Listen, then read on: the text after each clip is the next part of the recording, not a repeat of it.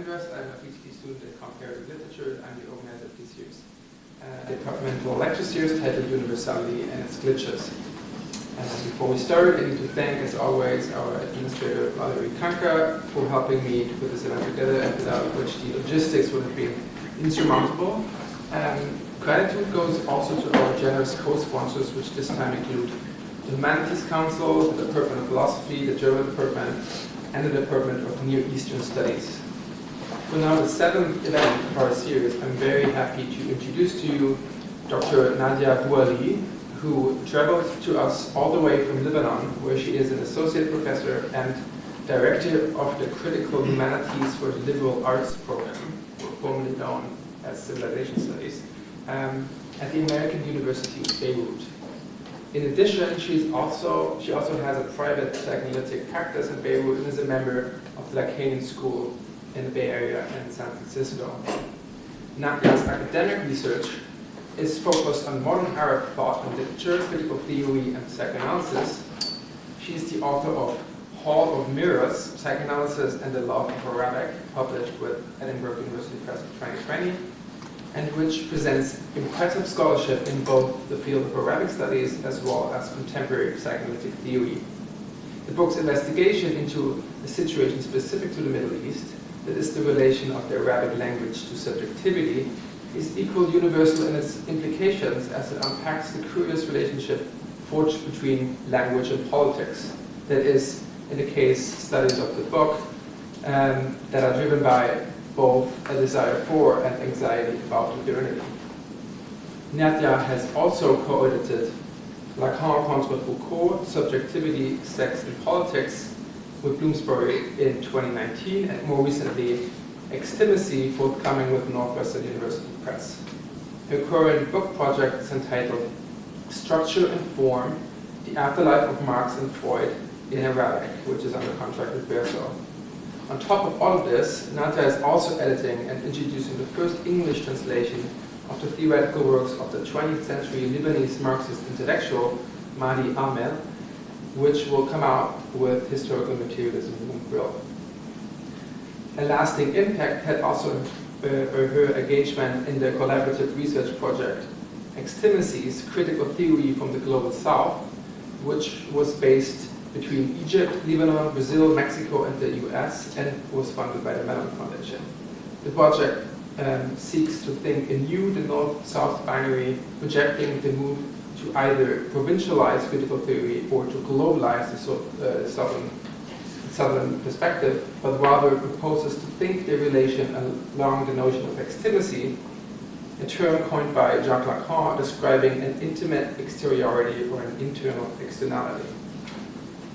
Last but not least, I shall also mention that Nadia is one of the founding members of BICAR, the Beirut Institute for Critical Analysis and Research, a one-of-its-kind para-academic institution that promotes critical thought and analysis of manifestations of modernity in the region and beyond. Since 2 years, BICAR is hosting an annual summer school to which I want to call your attention as well, since in fact a few people here have or will attend its next instantiation this June in Beirut. The lecture that Dr. Bou Ali will present today, and to which I look forward with much excitement, is titled Universality and the Impotence of Discourse. As per usual, there will be Q&A after the talk, but for now, please join me in welcoming Dr. Nadia Bou Ali.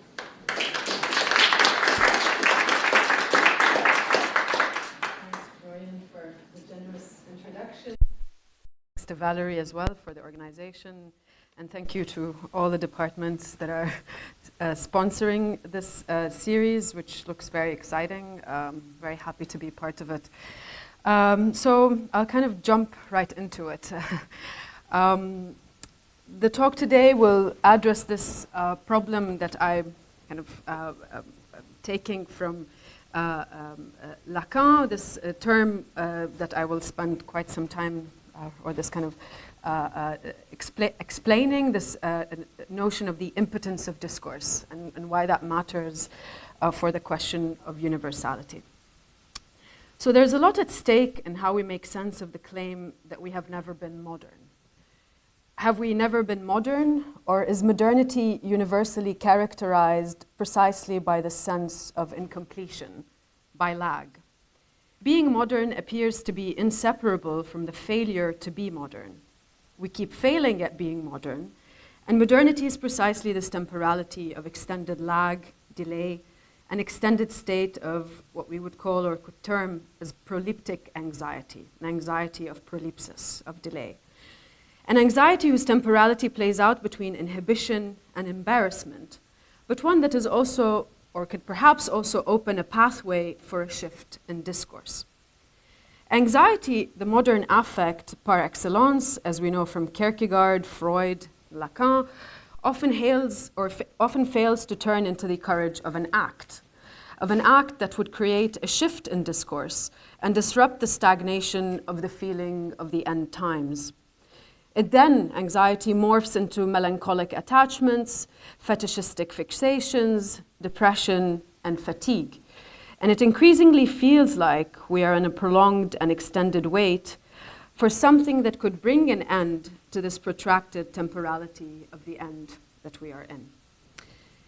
In the wake of the so-called end of the master's discourse, which is meant to characterize modernity, we are still waiting for a master, a transcendental guarantee that would restitute the losses incurred by the modern condition. With the loss of masters, which is perhaps one of the most formative myths of modernity, the formative modern myth, we somehow now fully see their function. They now weigh upon the chest of the living like an alp or a nightmare, to borrow from Walter Benjamin. However, although this affective note of anxiety, from this weight upon the chest of the loss of the masters that we only now recognize we have lost or that were there somehow, although this affective note of anxiety continues to be one definite universal of the modern condition, the discontent with modernity is no longer simply characterized by anxiety neurosis, but also by what Freud called in 1918, in the wake of the First World War, the lifting of repression, an unleashing of both aggressivity and enjoyment, whereby the superegoic function undergoes a transformation from prohibition into the injunction to transgress and thereby enjoy. And it's very interesting that Freud makes these remarks in the wake of the First World War, which I'll come back to this, but I think this question of war, there'll be a lot about this in the talk, and I'll come to this shortly. But this idea that Freud proposed in 1918 is that what happens is a lifting of repression. The moment that somehow scientific modernity reveals the impotence of knowledge in the face of an infinite universe, this kind of post-Galilean moment, seems to be the very moment in which various mechanisms to disavow and conceal this impotence of discourse, this impotence of knowledge, develop. World War I was shocking for Freud precisely because it seemed to lift repression. States repress their citizens, or so we think, for the sake of maintaining moral standards, this kind of the super-egoic function. But what the war had done, the First World War, was to lift this repression. If states have the license to act immorally and without the law, what is to be expected of the egoic individual? The kind of questions that Freud asks in the wake of this moment. Moreover, if the risking of life, or what we could call the sacralization of life, is no longer the pathway for its gain, if a universal Siglichkeit, or ethical life, is always already interrupted by the repetition compulsion of a formative aggressivity that keeps failing to sublimate into a thing which cannot be expressed in representation, what can humanity really hope for? The fig leaf had fallen. As early as 1918, Freud could see no return from the moment in which the law was exposed as barbaric. The law now appears to have an absolute license to act as a state of exception. If morality ought to be grounded in social fear, in shame, what would it be grounded in now that shame was over?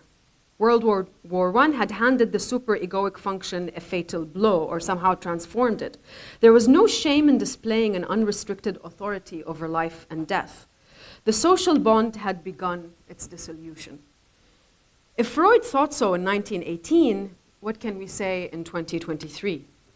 The social bond, or what later on Lacan called discourse, is somehow meant to provide a structure, I think this is number 1 on the handout, a structure, albeit one that is incomplete, that would protect the subject, protect it from an unfettered enjoyment. As Paul Verhoeven puts it, and I quote, this is the first quote, a normally divided subject is protected by discourse against the danger of the bliss of an all-embracing enjoyment or jouissance, end of quote. Now, Lacan's basic formula for discourse contains 4 nominations: the place of the agent, the place of the other, the place of production, and the place of truth. And all discourse proceeds from a primary or original repression, this original repression of the subject, the repression or the splitting of the subject by language. Not only is there a méconnaissance or a misrecognition between the agent and the other in discourse, but there's also a non-relation or a disjunction at the lower level of this kind of formalization. I think there's an image of it on the handout. There's also a non-relation between the truth and the product of discourse. The truth, in its impossibility, is the motor for discourse, and for which the agent is the divided subject who is never a master of its own house. So there's kind of a disjunction in both, the inability of discourse to express a desire, and there's a disjunction in the relation between the product of discourse and the so-called truth that is driving discourse in this equation. Now, in this formulation of discourse, the discourse of the master, as Lacan puts it, becomes this formalization or a kind of a heuristic tool for primary repression, in which knowledge and enjoyment come together to sustain an imaginary totality, an idea of a whole, a social relation that we have all somehow lost. This discourse of the master, as it's formulated, is a tool for explicating the relationship between knowledge and enjoyment, insofar as the former sustains the imaginary idea of the whole. The master we never had, or the other who doesn't exist, has serious implications for the constitution of subjectivity as well as for discourse. One could put it this way: we are occupied in different ways by this absence of the other. The first example that Lacan gives of unconscious knowledge that supports the social link, or this kind of equation that he makes between knowledge and enjoyment, emerges from the description of the master's discourse. And the very first instance of this example, he gives an example of an unconscious knowledge that supports the social link as being that of the slave's labor. Right? This is in Lacan's Seminar 17. The slave's labor, or the savoir-faire of the slave, operates invisibly to sustain the discourse of the master, the S1. In other words, the slave works for the master's knowledge and enjoyment. The master is the subject supposed to know how it is that the slave is put to work, and all the master has to do is to give a sign, an order, a command to get them to work. Knowledge is in turn what guarantees the master's discourse. It serves as a battery of signifiers that ensue after S1. And this knowledge, or this kind of the unconscious knowledge that supports the discourse of the master, is precisely what is proposed to be the other side of psychoanalysis, what psychoanalysis seeks to question or debase. And I'll come to this a bit later. However, in the theory of discourse, what Lacan proposes, these kind of 4 discourses, or we would call them permutations of discourse, one could say, because they somehow all turn around in a clockwise manner, turning one into the other, or transforming from one into the other. Lacan uses this permutation of discourses to characterize the different forms of the social bond or the social relation in modernity. What they all have in common, all these discourses, is that the truth is always half said.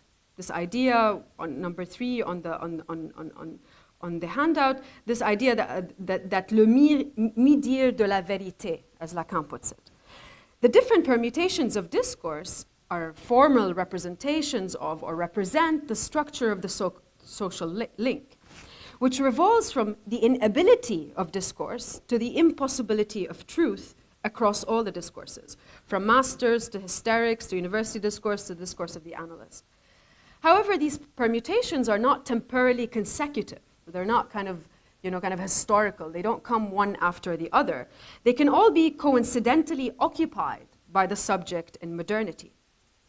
In a way, we can say that each is the condition on account of which it is impossible for the subject to realize its desire in the other. They're all different forms of the impossibility of realizing the subject's desire in the other. Not only does language fail in discourse, so does its outcome. Its result or product has nothing to do with the repressed truth, rather always it has this form of a surplus, of a product.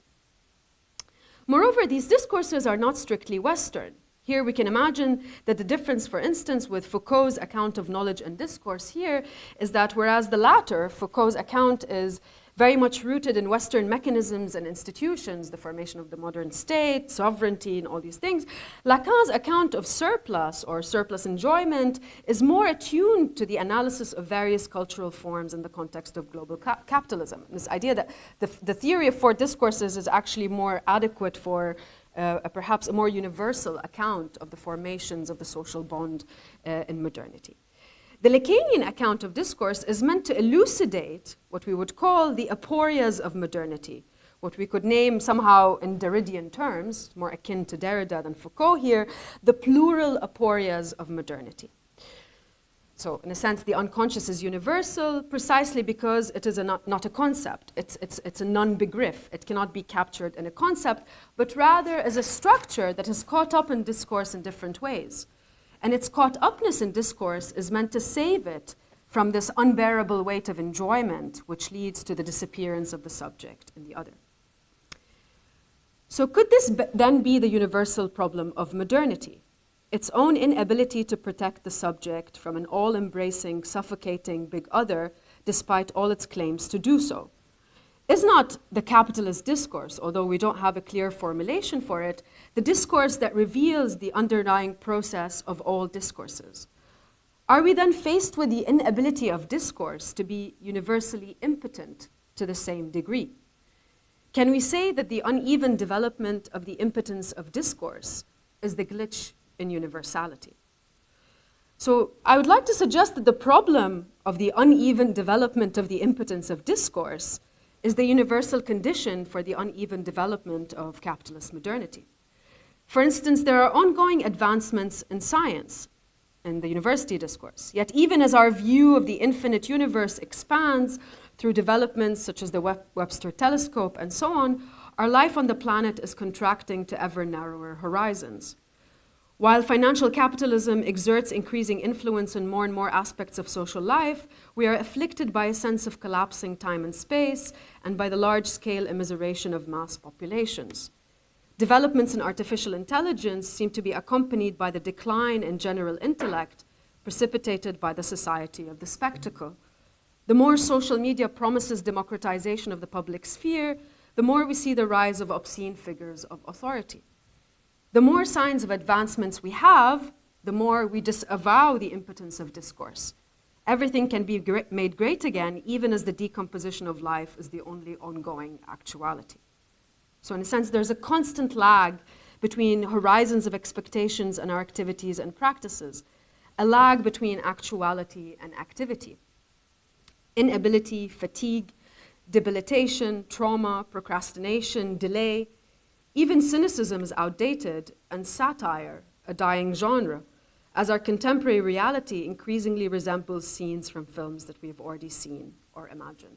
Right? So this lag in discourse is what Lacan qualifies as the impotence of discourse, as this kind of entropy of discourse or anthropy of discourse. And impotence is a strange signifier because there's something uneasy about it.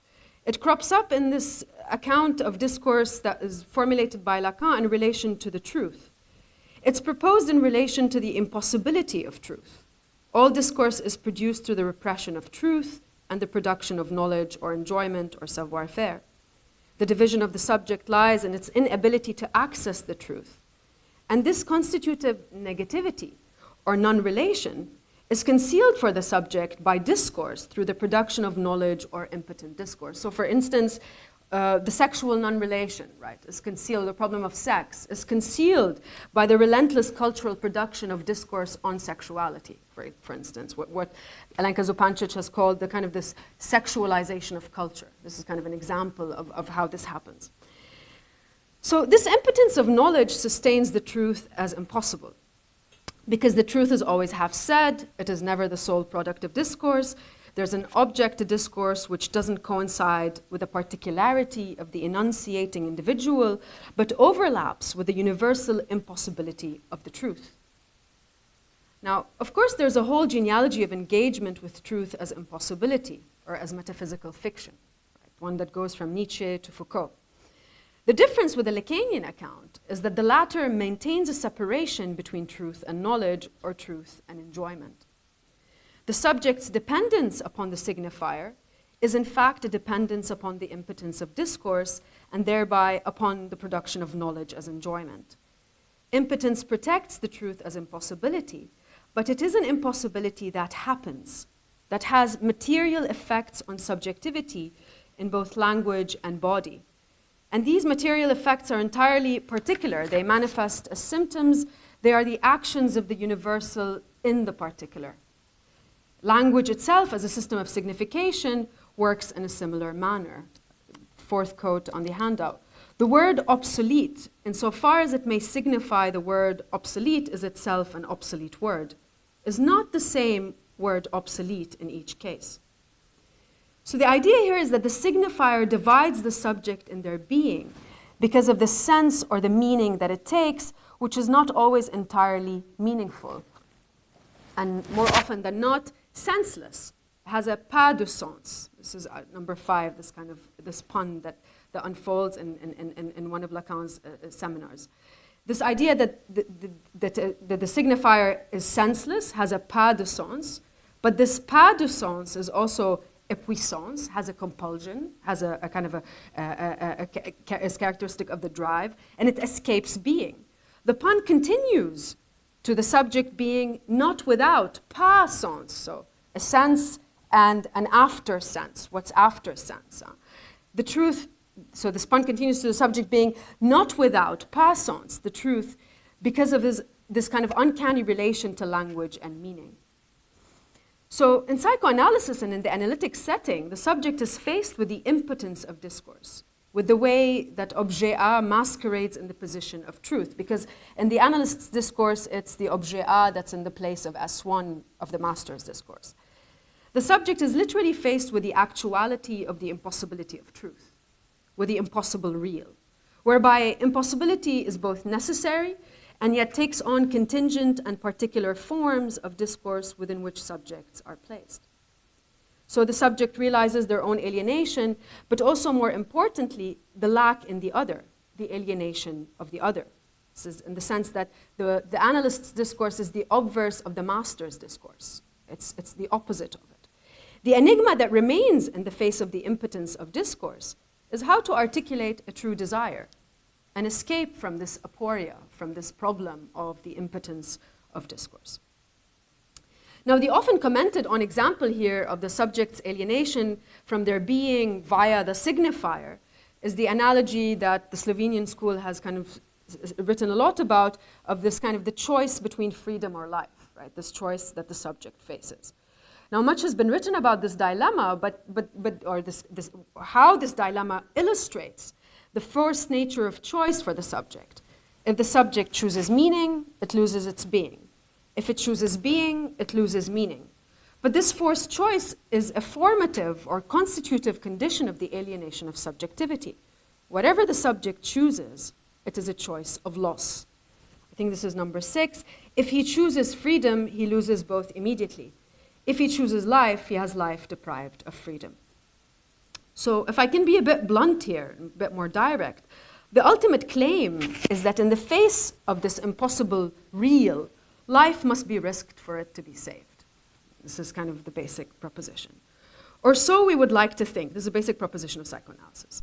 It's not clear how this risking of life, however, suffices or allows for it to be saved collectively in a new discourse. Right? This is kind of a limit point, a very important limit point for the analytic discourse. What discourse can we imagine that is not akin to all four? The master's discourse, the hysterics discourse, the university discourse, and the discourse of the analyst, which is also a symptom of modernity, right? It's not separate from it. What kind of discourse can we imagine that could bring about a shift in structure whereby impossibility would not be elided? I mean, This is kind of like the $1 million question, but $1 stop having value. So although life is often blind to the impossibility already at work within it, Freud interestingly noted that war ought to be an opportunity for the subject to reconsider this problem.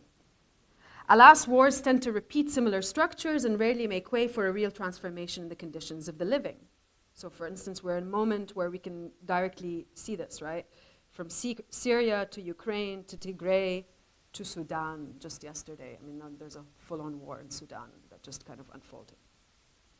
And to think more about this problem of how, this idea of risking life in order to live it, right? This necessity that is at the core of the psychoanalytic discourse, but was also crucial for Freud. I want to propose that there are two texts that would be important for us here. Freud's Notes on War in 1918, and Beckett's Waiting for Godot, written in the aftermath of World War II. Both texts respond to the way in which World War simultaneously accentuates and raises questions about subjectivity, death, and life.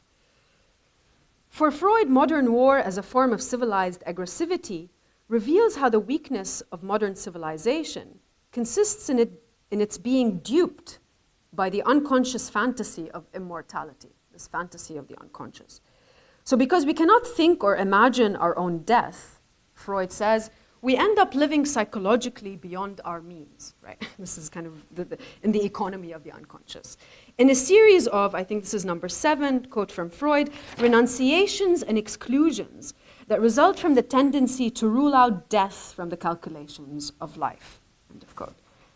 So these kinds of renunciations include our immense capacity to mourn for others. The conventional attitude of the modern subject is to give more consideration to the dead, who, as Freud points out, no longer need it. And we do so more than we care for the living. The modern problem of the inability to reconcile with death is further sublimated in art, theater, literature, and so on, in a way that reassures us that, again to quote from Freud, beneath all the vicissitudes of living, a permanent life still remains to us, end of quote. So we could perhaps call these cultural phenomena the vicissitudes of the drive.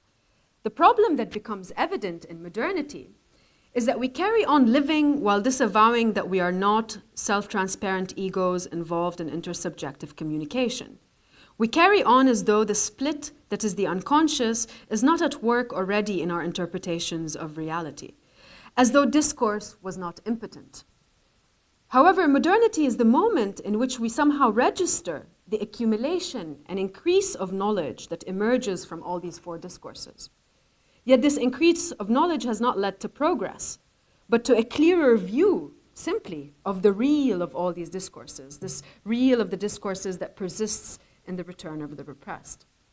However, it is only in modernity that the structure of discourse reveals itself, or it is only in modernity that this historicity of structure reveals itself, somewhat universally. Marx famously describes capitalism as the prehistory of humankind, as a mode of appearance, a form or a mode of life, this is number 9, that will, to be precise, the quote from Marx, bring the prehistory of humanity to a close. It is a moment in which life will have to re-question itself, because it will bring humanity closer to the overcoming of the divide or the gap between theory and practice, thinking and activity, law and ethics. In this account, capitalism as a mode of life is the activity by and through which individuals express their life. Again, to quote from Marx, as individuals express their life, so they are. What they are, therefore, coincides with their production, both with what they produce and how they produce, end of quote. So we can say here that there's a prehistory which is implicit in our practices under capitalism, that is to say, our practices don't actually produce anything, no truth, right, except their own prehistorical character. They are impeded from becoming historical by the discourses within which they are given meaning. So this prehistory is repeated in capitalist historicity. It's both a limit and a breaking point. And the dynamic is then the same as that of the compulsion. that was kind of brought up before, right? And the compulsion to repeat something as though it would be the last time, knowing very well that it won't be. What I find most intriguing in Marx's statement is the claim that capitalism, to quote, brings the history of humanity to a close. It suggests that the curtains may fall any second, but somehow they haven't yet. So here I want to kind of shift gear into Beckett. Right? So if we can think about this capitalist modernity, or this modernity of the coexistence of all discourses as a big theater production, with no definitive beginning or ending, but a kind of a somewhat a long, kind of broken middle, to borrow from Julian Rose here, we can think of Beckett's Waiting for Godot as an analogy for history's waiting room, right? This kind of waiting room of structure, a waiting room of the historicity of structure. We can imagine that Waiting for Godot stages the very plight of waiting for one discourse to end, the discourse of Vladimir and Estragon, the two characters, to overcome its fascination with a big other, right, with Godot, and its entrapment in the enjoyment of the other, or in the signifier of the other's desire. So Godot has said only one thing, that they should wait by the tree, right? Vladimir, we're waiting for Godot. Estragon, you're sure it was here? What? That we were to wait. He said by the tree. They look at the tree. Do you see any others? What unfolds between Vladimir and Estragon in Waiting for Godot as they wait is a consistent failure of discourse, a failure of language to ever reach any resolute sense in the waiting room of history. The we in the play is further situated in a temporality of indeterminacy.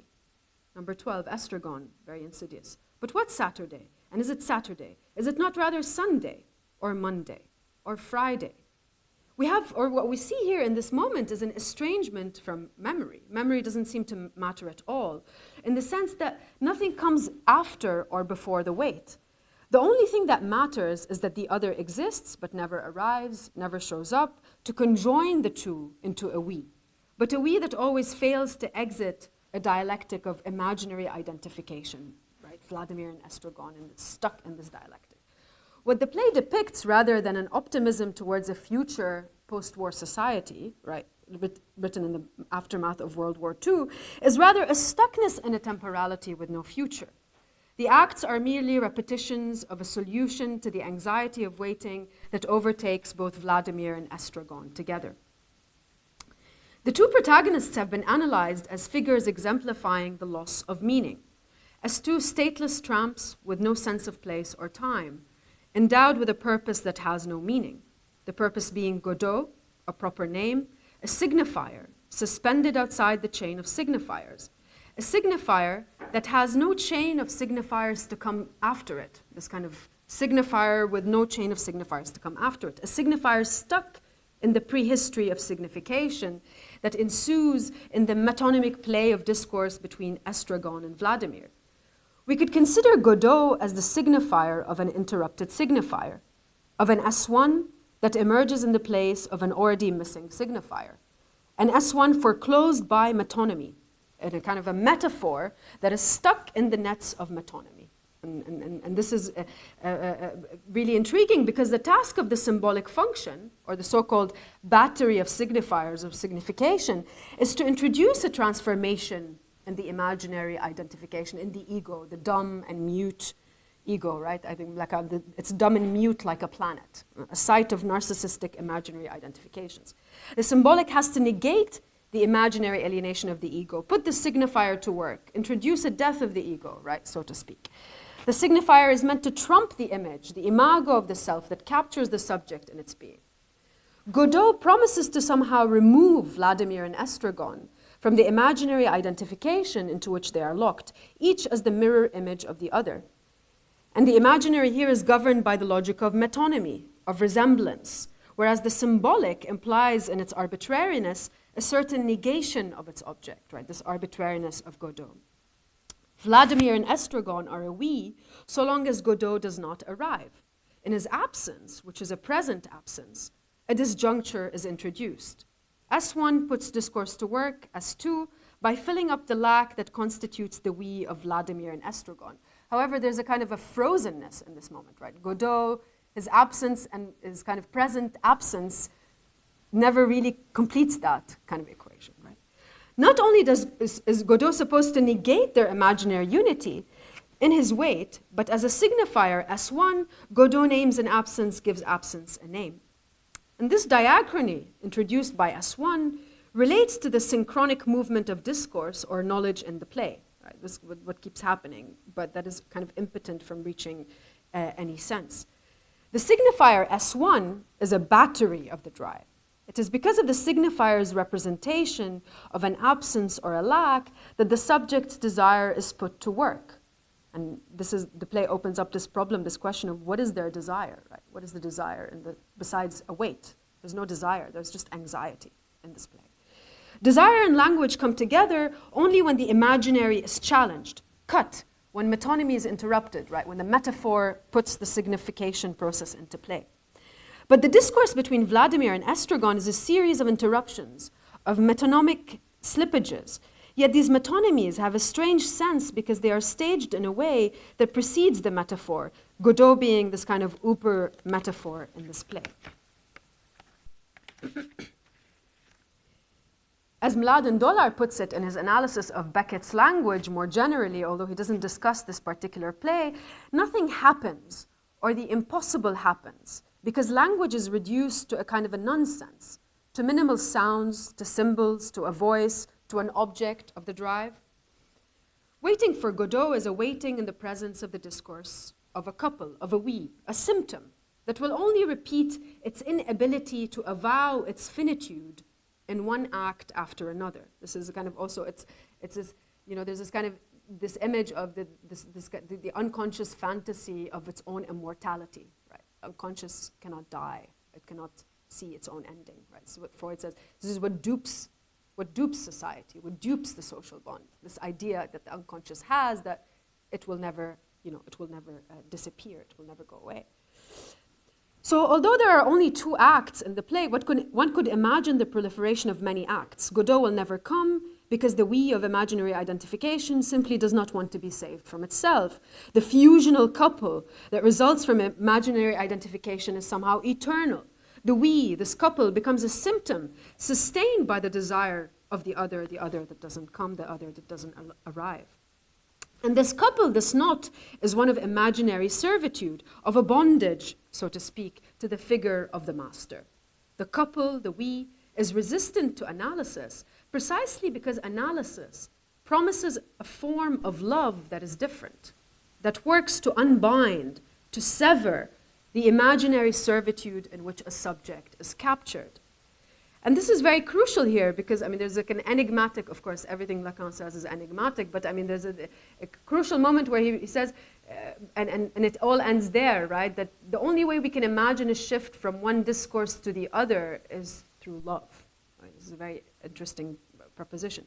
The labor of love in psychoanalytic transference, in contrast to that of the imaginary knot of the couple, is one that works through language, through a searching for a desire, right, which the analyst chases like a ferret. Right? This is the kind of more crucially, it is through this love that shifts in discourse are supposed to occur. So in a sense, in this kind of setup, Vladimir is Estragon's symptom, just as Estragon is Vladimir's symptom. The other in this symptomatic knot cannot arrive, must not arrive, because the symptom would be threatened or broken apart. In a way, Beckett's play is structured around Freud's Fort Da game. It toys around with Godot's absence while making him present in language, constantly speaking about his arrival. So the overwhelming presence of Godot as a kind of a transcendental guarantee for the we of Vladimir and Estragon is punctuated by repetitions of his absent presence. He's coming, he should be here, he's not here yet, there he is, he isn't. What we can see definitely, or what we can definitely sense, is that there in the encounter with Godot qua signifier 1, the signifier of discourse and new discourse, the subject cannot be inserted in time, not until S1 arrives. But the arrival is already foreclosed by the compulsion to repeat a discourse, an impotent discourse, around which this protracted, that kind of revolves around this protracted absence. Number 13, he should be here. He didn't say for sure he'd come. And if he doesn't come, We'll come back tomorrow, and then the day after tomorrow, possibly, and so on, right? So in comparison to the proliferation of speech between Vladimir and Estragon, Godot is a point of absolute silence, a silence that compels labor in its absence. Vladimir and Estragon move from one scene to the other in what one would call a labor of waiting, of anticipating, compelled by Godot's command. And during the wait, we see Beckett, in this kind of singular, uncanny manner, reduce language to a minimalism of enunciation. Right? To borrow again from Dollar, a voice and nothing more somehow presents itself in his language. But this voice and nothing more is an object of the drive. The words that Vladimir and Estragon exchange are almost like primitive adumbrations of something beyond the pleasure principle. If Godot does arrive, if death arrives on the scene, then it is speech or language that would be interrupted in order for a new chain of signification to ensue. For it's the drive that puts the signifier to work, right? This is the point, the claim. We could say that the entire scene of the play is staged primarily for Godot's gaze, a silent gaze that makes it seem commonsensical to claim, as Vladimir does, one is what one is, right? In the face of this gaze, the subject barely manages to symbolize its own vanishing and reappearance as a trait, and I quote here from Lacan, number 14, in the illusion of the consciousness of seeing oneself see oneself, in which the gaze is elided. So throughout the long wait, the two can only wait in complete submission to the authority of the signifier, Godot. And we, asks Estragon, where do we come in on our hands and knees? You'd make me laugh if it wasn't prohibited. We've lost our rights? We got rid of them. Silence. They remain motionless, arms dangling, heads sunk, sagging at the knees. Could we not think of Godot here as subject supposed to know, as occupying the position in which the analysand places the analyst? Perhaps Godot could tell them when he arrives, if he arrives, what they would have been waiting for from the beginning, retroactively informing their unconscious desire about the truth of its anticipation. A quote from Lacan, number 16, what in the last resort can drive the patient to have recourse to the analyst, to ask him for something he calls health, when his symptom, so the theory says, is created in order to bring him certain satisfactions, end of quote. So this brings us back to the fundamental knot of desire, death, and language which psychoanalysis presents to us in its conception of discourse. Discourse is structured around impotence in the pursuit of truth as impossibility, while Godot's aimless, wandering subjects are often interpreted as expressing this kind of disintegration of subjectivity in the 20th century, we're pressed for a counterintuitive interpretation here. Why nonsense in the wake of war? Does war only instill a sense of protractedness, a stuckness in the we of imaginary identifications sutured by a symbolic S1? Is it possible to break the symbolic, disrupt discourse, and shift from one discourse to another? Even more importantly, why is war not even enough for this task?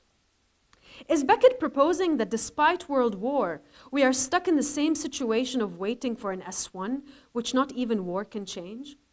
That even total war cannot resolve the impotence of discourse? Here, believe it or not, Freud, despite his general pessimism with regards to the formative narcissistic aggressivity that haunts modern civilization, was slightly more optimistic than Beckett after World War I. As I said before, Freud warned of the cost of living psychologically beyond our means. But the main problem for him was that the unconscious cannot imagine its own death, that it believes in its own immortality more than in anything else. Freud proposed that the inability of the unconscious to imagine its own death is the enabler, so to speak, the site into which war is injected. And the drive is the force that results from this inability of the unconscious to think its own mortality, which psychoanalysis, somehow promises to be so. Quote from Lacan, number 18, the first thing Freud says about the drive is, if I may put it this way, that it has no day or night, no spring or autumn, no rise and fall. It is a constant force, end of quote. So the fatality of the drive is realized precisely in the moments of what we call psychoanalytically the closures of the unconscious. It's realized when there's no discourse that allows for transference, for a situation in which an enactment of the reality of the unconscious is possible, or when it is possible to separate from the field of the pleasure principle, from impotent discourse, from enjoyment, bearing in mind here that discourse protects us from total enjoyment, and when it is possible to separate from enjoyment and be faced with the real as impossible. So the opposite of possibility in the psychoanalytic account is that the real has to be conceived as impossibility. And the pathway to this is the discourse of the analyst, the discourse which claims, this is the main claim, that it can suspend the discourse of the master. So read in relation to Freud and Lacan, Beckett's Godot can be understood as rehearsing the main question that irks the discourse of the analyst: how to maintain discourse, how to allow for the social link and its discursive structure to reconstitute itself without the presence of the other, in the absence of the big other, or despite the retreat of the myth of an unbarred other, of a big other. There is a we because there is a Godot. But the particular type of we that is maintained in this instance, in the waiting for the big other, is one that is constantly working towards its own dissolution or disintegration. The characters in this context are ones that seem to desire their own non-being, their own dissolution. Right? So Freud maintains in the 1918 Notes on War text that modern civilization has progressed through the denial of death as the termination of life. The modern belief in immortality is the result of a disavowal of finitude. The strong inhibition instilled by the commandment, "Thou shalt not kill," is a sign of the murderous aggressivity that is universal to humankind. And this aggressivity is preserved intact in the unconscious. This is what Freud observed in 1918, which does not believe in its own death and constantly acts accordingly. So we could put it this way: death is not acceptable to the death drive. Right? The death drive does not die. It is precisely what is disavowed by the drive. And death is disavowed because we relate to it with so much contradiction. We wish it upon our closest relations as on our enemies. Love is more often than not accompanied by moments of intense hostility. Number 20, Freud. Except in a few instances, even the tenderest and closest love relations also contain a bit of hostility which can rouse an unconscious death wish. But at the present day, this ambivalent conflict no longer results in the development of ethics and soul theories, but in neuroses, which also give us a profound insight into the normal psychic life. Right, this is Freud. So according to Freud, our modern neurosis is precisely this harbinger of death, a place where the unconscious death wish manifests itself in intensely conflictual emotions of love and hate. Quote number, 21. The other one was 20. Our unconscious is just as inaccessible to the conception of our own death, just as much inclined to kill the stranger, and just as divided or ambivalent towards the persons we love as was primitive man. End of quote. So although Freud's essay begins with this kind of sense of astonishment, this bewilderment, like how can civilization go to war like this, right? How can modern states, how can this be, right? Freud's question. It begins with this kind of sense of bewilderment, of confusion about how war could be possible even after Enlightenment, right? And it ends with what seems like a call for battle. It's a very strange ending, the way Freud ends this text. He ends the essay with the following passage, quoting a Latin author from the 4th or 5th century, Renatus's Tractus, I think, De Re Militari or something. The original statement reads, "If you wish peace, prepare for war." And Freud says, the times call for a paraphrase. If you wish life, prepare for death. So this adage reads almost like a war cry itself, a call for battle, a demand for preparedness, awaiting a real battle. Aggressivity is here to stay, as is the unconscious desire for violence and immortality. Life is lived in the shadow of the death drive. Impotence sustains the impossible real of the drive. Psychoanalysis tells us this, yet somehow we remain unprepared for it. Rather than disavow the drive, displace it, repress it, we must learn that we cannot live without avowing it, that we cannot hope to live if we shall not be prepared to die, as Freud puts it.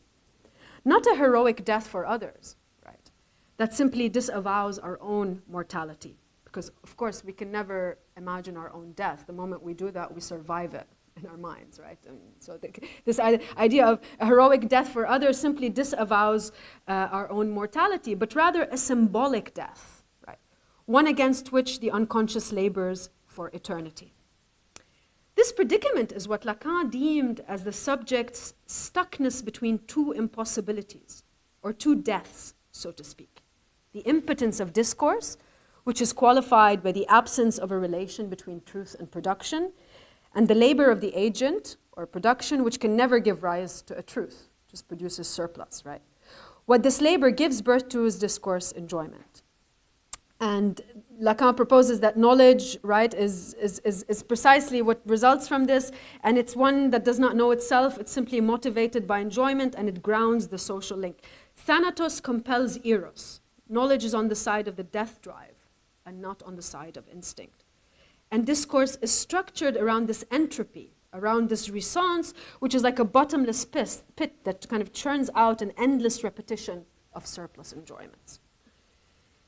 So this position of surplus is precisely where Lacan proposed that the position of objet A, or the position of surplus, is precisely the position that the analyst comes to occupy in the discourse of the analyst. However, this position is one that is characterized by, to quote from Lacan, a pouvoir ne pas pouvoir, an ability to not be able. The analyst of the symbolic, the critic, etc., has to avow that power has no power, that it does not know itself. Thus, the desire of psychoanalysis, if we could say it has a desire, is not one of mastery, but of working through the illusion of a master and the fantasy of a guarantee, some kind of transcendental category to ground the social link. It is in this sense that the discourse of the analyst harbors an impossibility. It is an impossible profession, as Freud maintained, because it does not have a desire for knowledge. The analyst's desire is not to know, but to expose what knowledge qua enjoyment lacks, or put otherwise, to expose that knowledge does not know itself. And this is precisely the kind of the proposition of the analyst's discourse. And it's actually the analysand that is placed in the position of mastery, of speaking, of providing the knowledge. So while capitalism works in the precisely in the opposite direction, because capitalism seems to work precisely through the production of knowledge as surplus enjoyment, right? The university discourse, the discourse of the hysteric, I don't know, a lot of modern philosophy, we could say. I mean, there's a lot here. So, but the discourse of the analyst questions precisely this procedure. The analyst's discourse revolves around the impossibility of truth, which persists despite the endless production of knowledge through discourse. And it maintains that only a love for the impossible truth could be a way out of the synchronicity of discourses that somehow capitalist modernity accommodates. So, I mean, here I think I'm at the conclusion. So here one could say that the universal aim of psychoanalysis is to push the particular subject towards the impossible through the pathway of the impotence of discourse. And I'll just stop here. Thank you.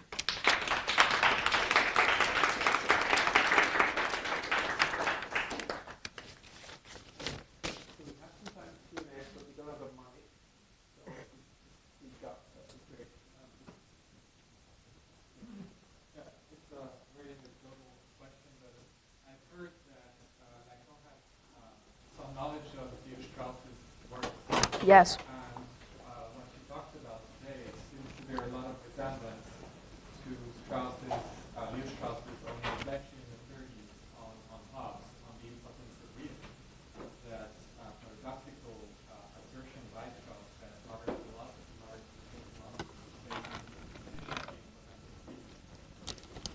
We know that Hobbes was there on Hobbes in the 30s, especially his book from 1935.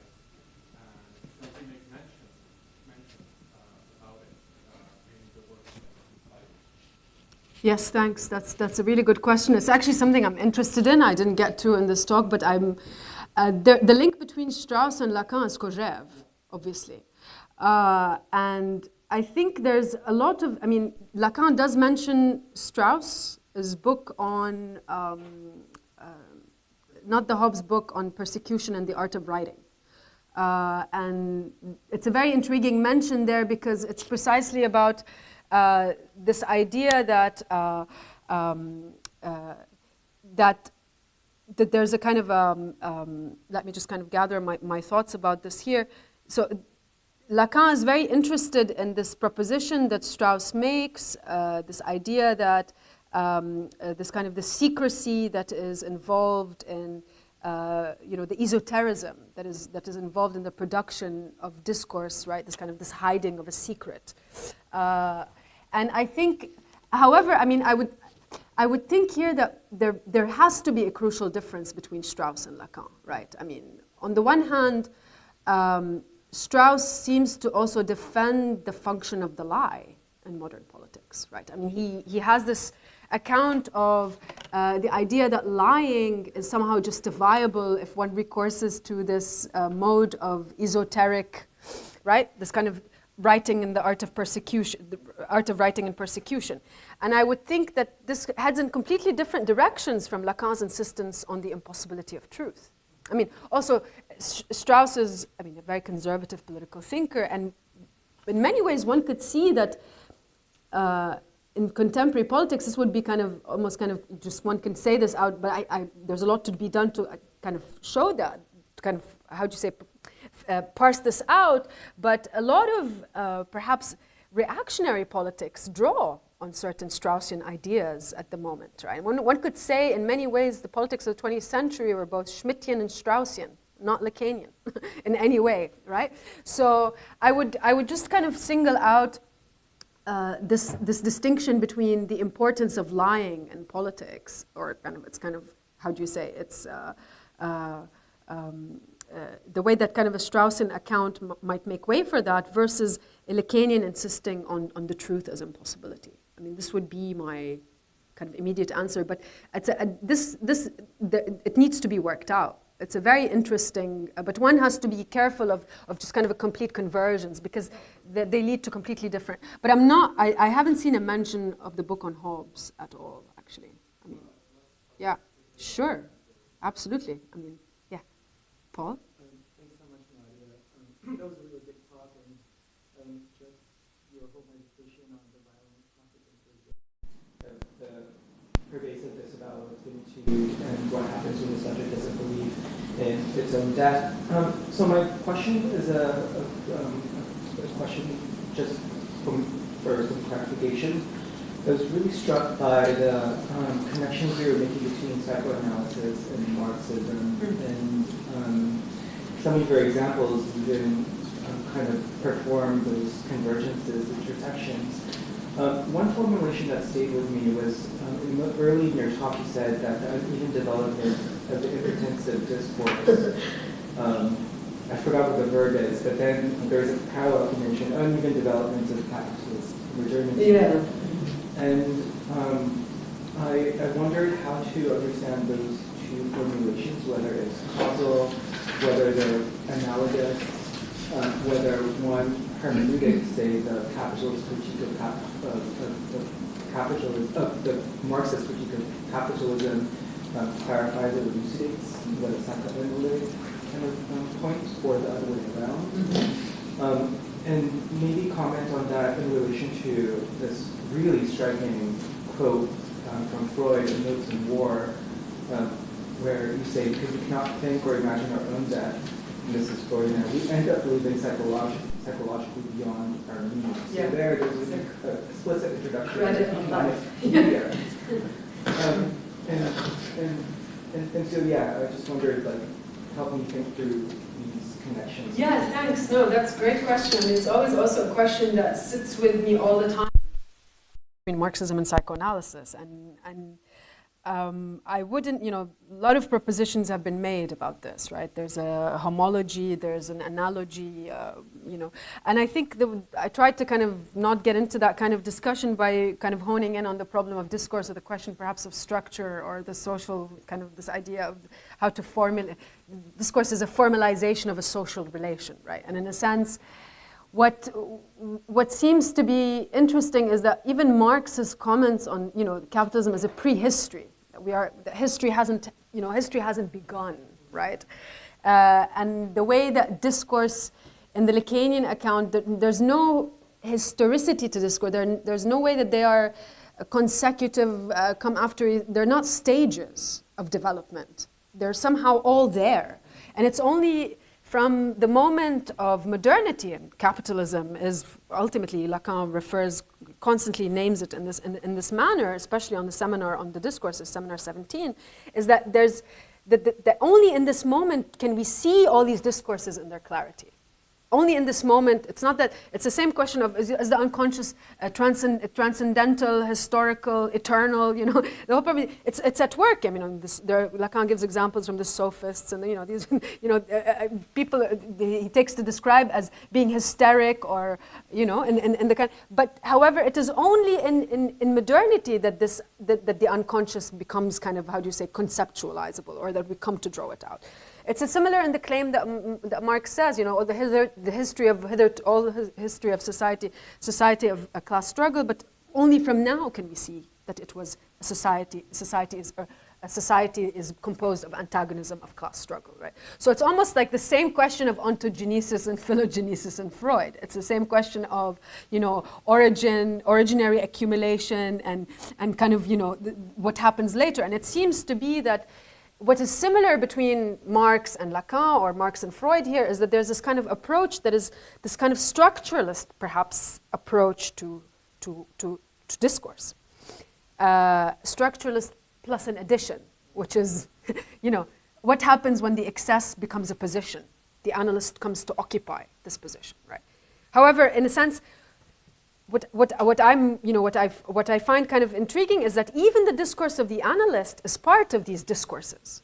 It is a symptom of the problem of modernity, right? It's almost like, the idea would be if one were to want to get rid of psychoanalysis, as any analyst would like to, right? We should get rid of it.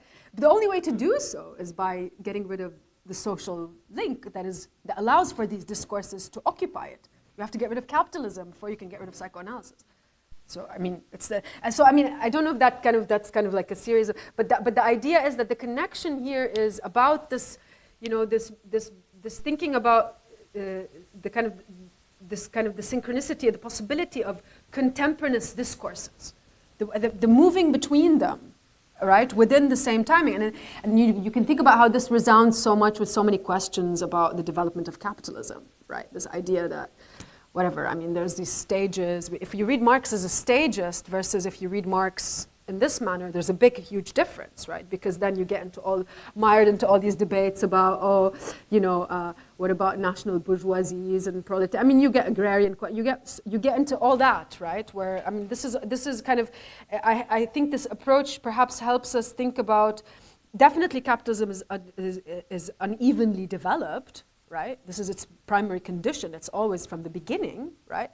But perhaps we can approach that also from the perspective, I mean, this kind of proposition I made, this idea that there's an uneven development in the impotence of all discourses. So one has to kind of map out, locate the work of the discourses in different places, supposedly, somehow, in a way that, right? So, I mean, you have the discourse of the university, which seems to occupy certain parts of the world much more than others, right? But then this would be kind of a crazy thing to do. I mean, nobody's going to do this, but like this would be the way that, I mean, I'm proposing. It helps us resolve so many questions around or kind of primary, originary accumulation, stagism, development, and a kind of teleological. It also gets rid of the problem of teleology. If we come to this approach like this, in the sense, a bad teleology, yeah, in the sense that there's a teleology of progress somehow that is implicit in the advancement of capitalism, and that's why this. I mean, Freud and Lacan would nowhere resound with this idea. Perhaps one could say neither would Marx, right? I mean, because what you see is this kind of complete immiseration of the human condition. Just a follow-up comment. I also really like this quote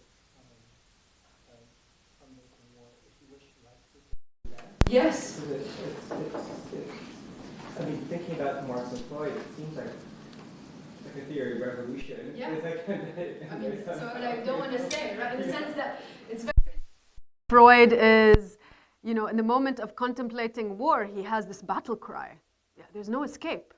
But there's a difference between, I don't know, a revolutionary war and a war that is just a civil war, right? But that's, I mean, one cannot. So, but this definitely is a, how do you say, kind of an account of violence and aggressivity that is more, how do you say, that does not immediately collapse it into juridical normative categories. Because this whole lag between the ethical and the ethical and the law, this whole gap that I propose is kind of this gap of, ethical community, the way that even Hegel, objective spirit, there's always this, you can't collapse them. And in a sense, I was proposing that the psychoanalytic position is somewhat ready for this battle. It realizes how unprepared we are, but yet it's not enough.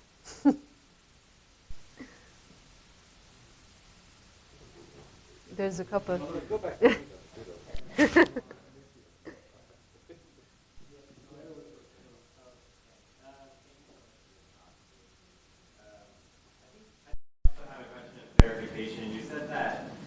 You mentioned that the subject can occupy the four discourses coincidentally, and I was wondering if there's an architectonic here. So I'm thinking of how Fanon saw colonialism as the territorialization of the master's discourse.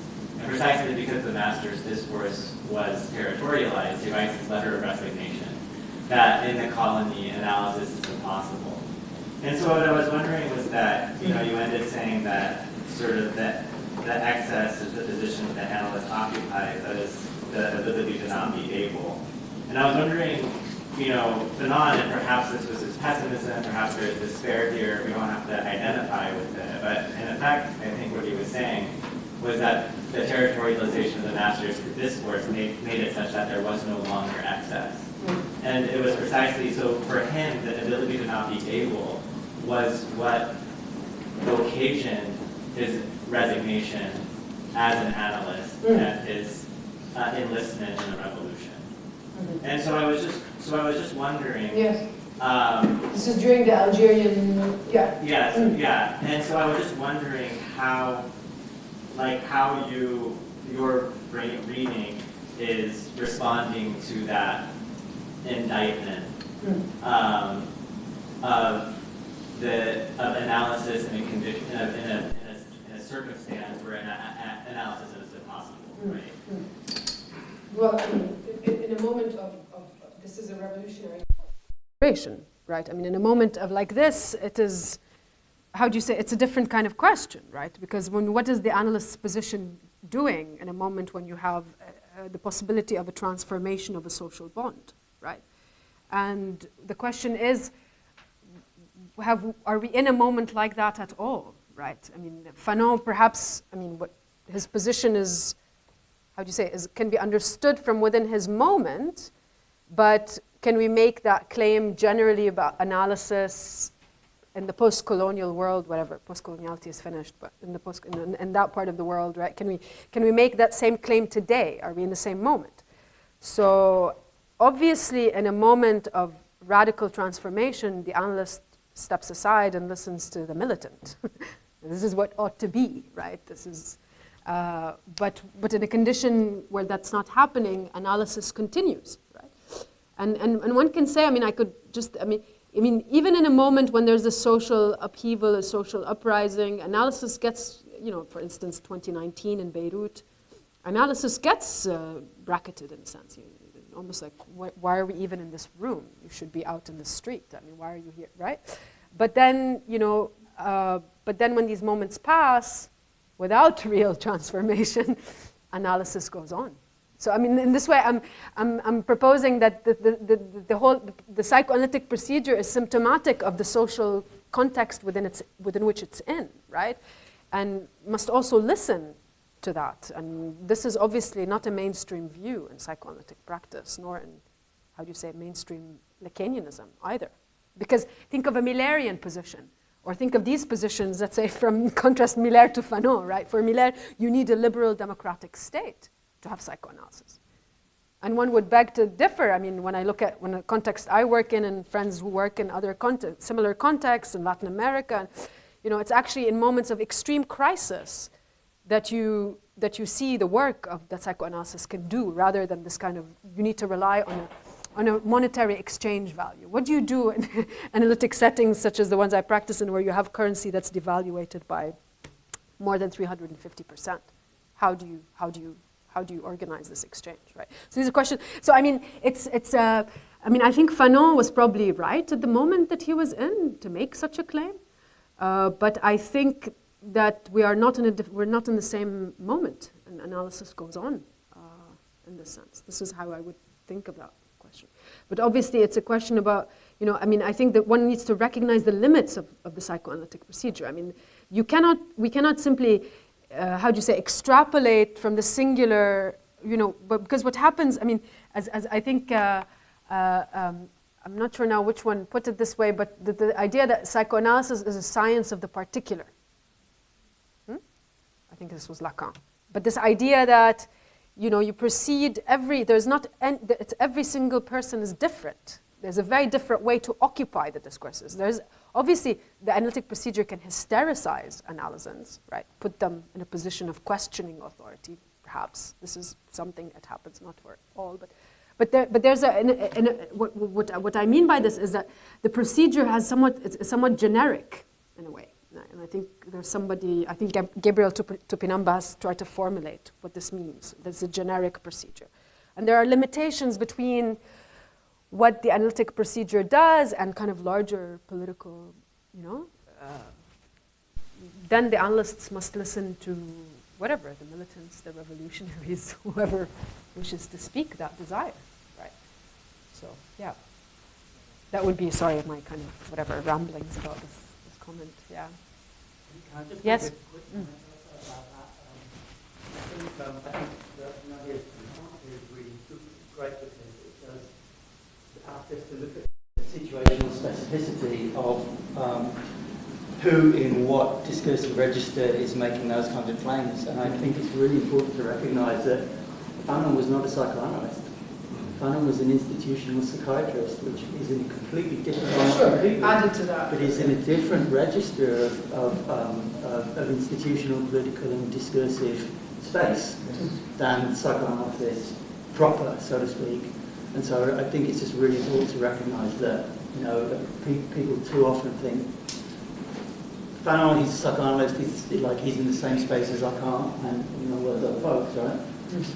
And he's working in a medical mass group kind of situation, and his training is completely different. Yeah. So I just think that's actually a really interesting and important point. I'm not being picky. I just think it opens up a space for political discussion about these questions. Psychiatry is so much more widely practiced in war zones than psychoanalysis.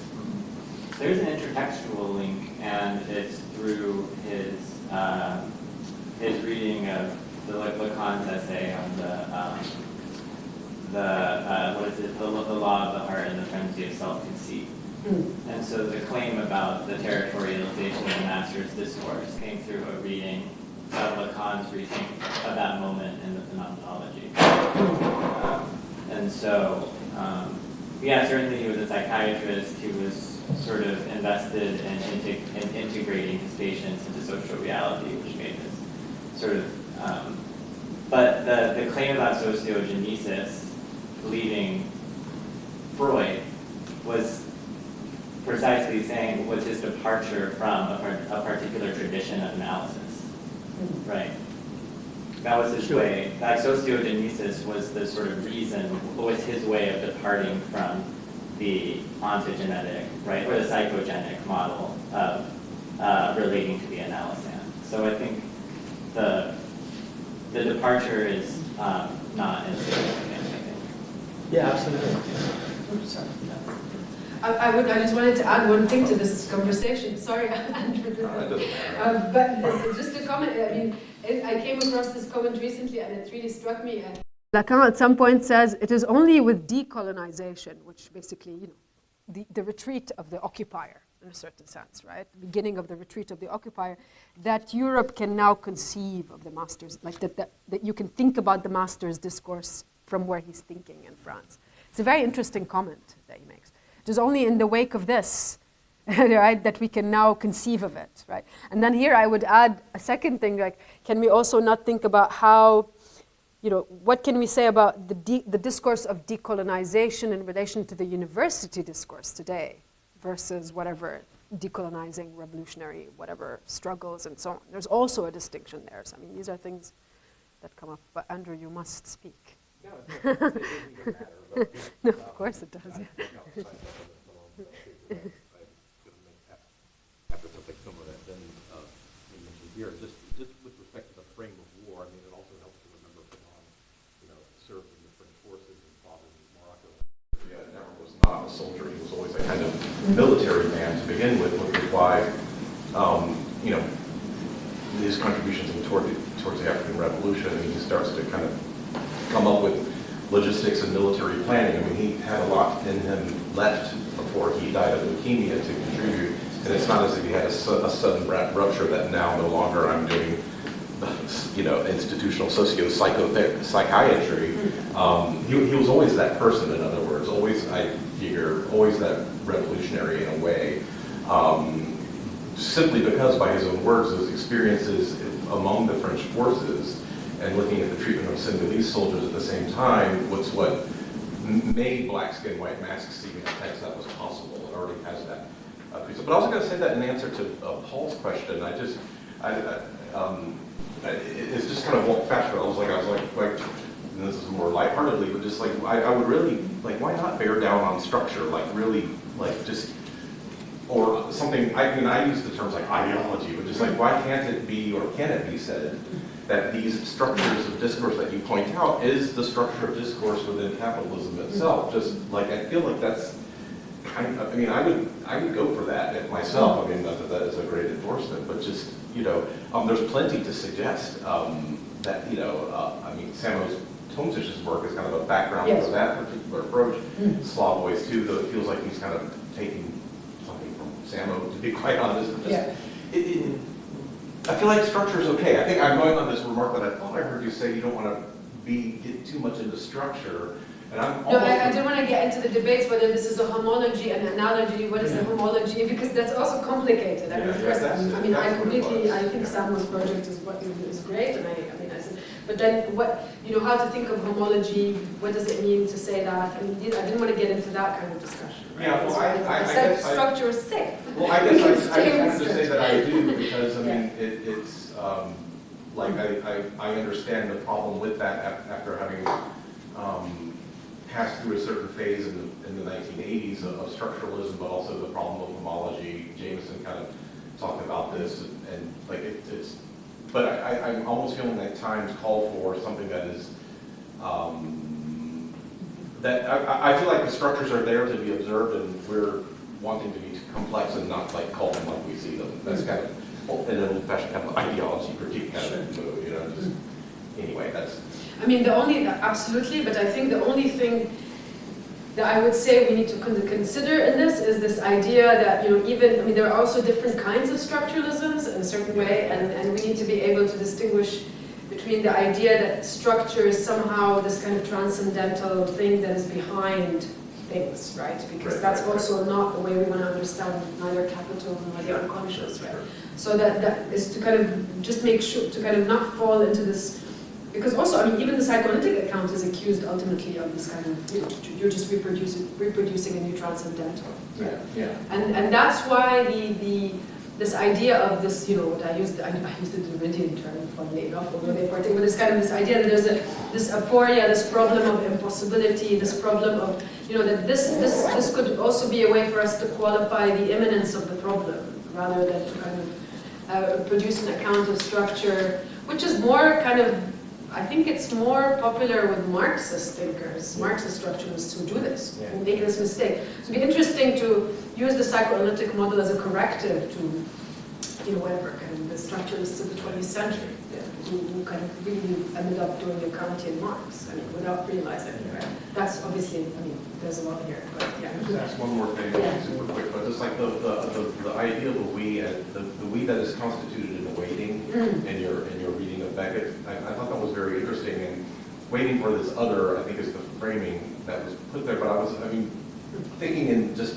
histories of discourses and theologies and pre-modernity, I mean, waiting for an other isn't exactly a new thing. I mean, messianism is a very kind of ancient thing. So I'm wondering if the character of the waiting is for something that changes what the character of that other is, which is obviously part of the point. But just to say that, you know, that other could be, for instance, like an event, or like that we have different terms for what that other might be, because it feels like we have a sense of not just of an other to arrive, but we wait for something to fucking happen, you know, and that's both what is, I think, unifies political common popular discourse today, whether it's liberals who want, Robert Mueller to come in and kick Trump's ass, you know, in the Mueller report, where it's going to be Mueller time, you know, ripping on the beer commercial, to, you know, the return of Trump and just the kinds of fascisms that require an authoritarian personality into which to pour your passions. And so that's what brings those two discourses together, and that's what makes it, again, to me, feels like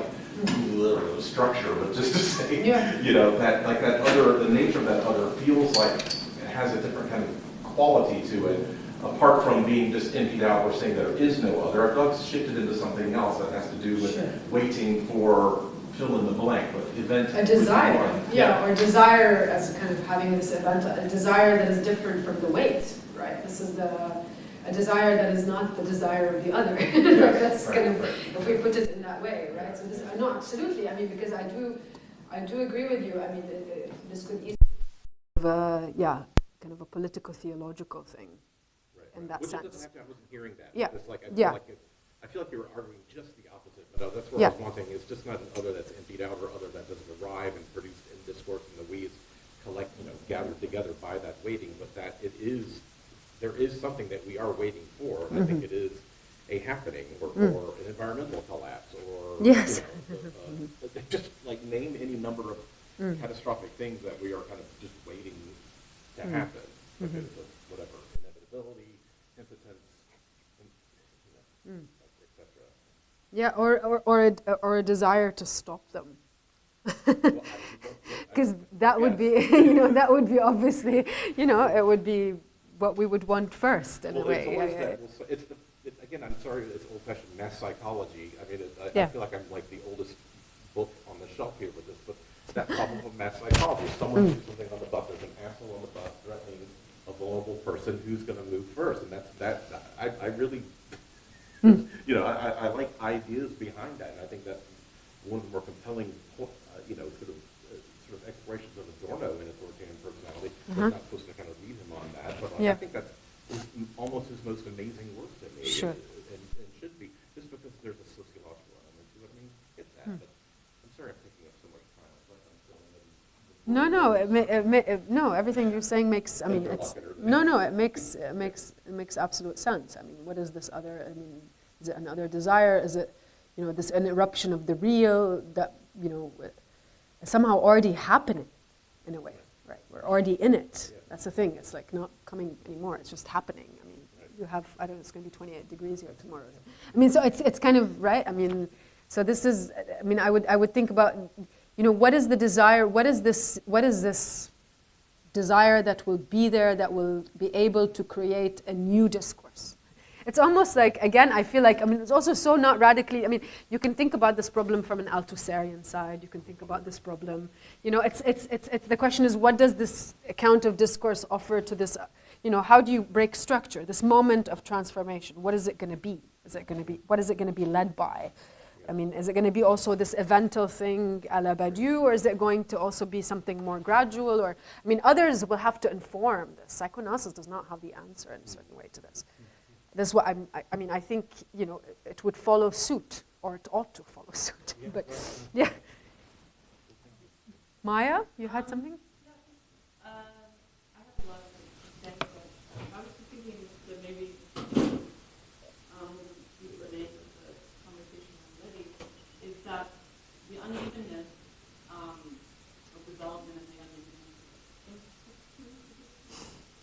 of it seems like there's something that isn't being said about the materiality of discourse in a technological composition or infrastructure. Radically transformed during the war. And there's just something I'm thinking about, like how would be large-scale management plans and things are sort of in the world, and they also are no longer something one thinks of. They're kind of, that when they are disrupted or rather revolutionized, as it were, in the context of war, that there might be some kind of, I don't know, something there. But it seems to me like every time we're talking about discourse, we forget the impotence of the discourse to expand production in the, or to expand like in various contexts because of the market isn't, I mean, there's a drive, but it also hits like actual physical and concrete difference. So, I just thought there's something there, but. No, absolutely. I mean, I think this could have a lot of effect on how one thinks about science and so on, right? Or what we understand to be, what could be science divorced from this kind of the technicity, this kind of whatever, also kind of a production of expert knowledge, I don't know, millions of bacteria. And it's funny, like in 1974, Lacan said, oh, the day when man creates a plague in a lab will be the day when one can laugh because he can even fumble up his own, you know, ending. Man can't even end himself like this, right? That would also be disappointing. It's funny to think about that post-COVID. But I mean, this idea that, you know, that, yes, I mean, what you say is how would these discourses, how do they particularly affect, you know, the sphere of science, of production, of this kind of place, right? Or how, without it being simply tethered to, because capitalism has really done very well in kind of holding scientific enterprise in its own, despite the fact that science can think impossibility, or thinks it precisely, right? The impossibility of truth, I mean, in a post, whatever, Galilean universe. So, yeah, I mean, that would be the kinds of things, but I mean, I get what you're asking, and it's you know, there's already a materiality to the discourse, right? There's already a materiality there, in a sense, but how does one think about, yeah, what would happen to the university discourse, what would happen to, yeah. Well, I just want to say that during war, there's a different discourse. Sure. With science, technology, yeah, infrastructure that goes into play. Does that make sense? Like a whole lot of material means are organized or reorganized in war. Sure. And so the materiality of the kind of use of science, technology, and various military science. Sure. Also, yeah, I mean, large-scale infrastructural projects. It seems like a different discourse that applies. Yeah, I'd have to think about that. It's very interesting. Yeah. I don't know.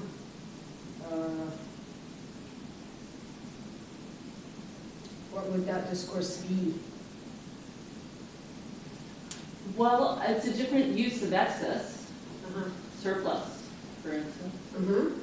It organizes surpluses for the particular goal for a sovereign.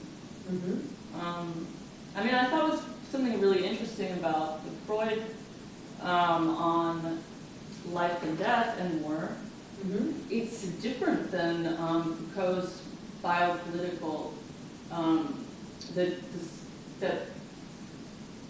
piece is the, or how about this? That the cause of war or death is the savior of life. So the reason, and then this is slightly different, but kind of resonates with that. Yeah, I mean, Freud here, he's in this, I mean, if you read the whole thing, it's very interesting because he's really disgusted by the principle of sovereignty. I mean, he's not, it's coming from a very different angle in the sense that he's, you know, he says like, what's unbelievable is how these so-called sovereign modern nations have kind of, you know, disintegrated into this kind of capacity to be so hostile, and although they are so similar, right? They're supposed to share the same beliefs, right? And it seems like what he's saying is actually to be directed to the subject. It's not directed to the sovereign. It's directed to what does it do to subjectivity to witness this, right? That the subject can no longer. Now, of course, here, what subject for Freud? This is all right. But what can subjectivity? How can it think of this problem of life and death when it sees the sovereign acting in this kind of egoic, right? And he says at some point, because he's also not just a kind of a group psychologist, he's not Mbomu or these people, like, he doesn't think it's just a primitive, right? He says that, you know, even, you know, the average American and the Austrian or whatever, they share the same kind of egoic, you know, they're egoic narcissists the same as everyone else. No, do not make any other claim, right? So it's very interesting. I mean, so to who is this addressed? To who's this call for more addressed?